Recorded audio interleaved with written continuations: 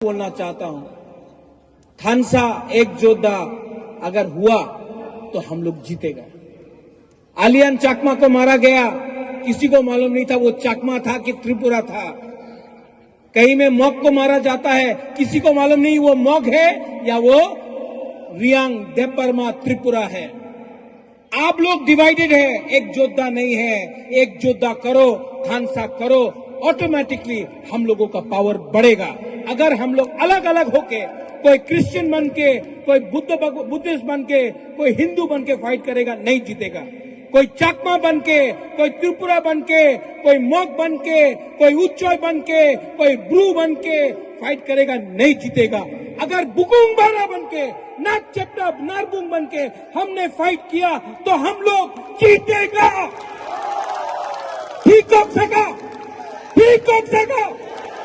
यही तो है, आप लोग समझता है नुंग समनो सबो काम सबो हमिया। और ये टाइम आप लोग जिताएगा। किसको जिताएगा? मोथा को नहीं, तिप्रासा को जिताएगा आप लोग। और अगर आप लोग है, आप लोग गरीब है, पैसा नहीं है, गरीब है, लेकिन अगर बुबागरा ये राज्य में आता है तो तिप्रासा गरीब नहीं रहेगा।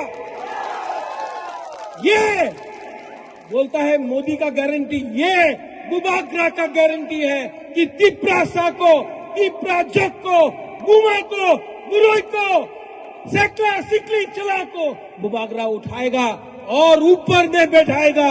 ये महाराजा का गारंटी है। सब लोग एक संग, थानसा है, थानसा है, थानसा है, तो सब एक आवाज में,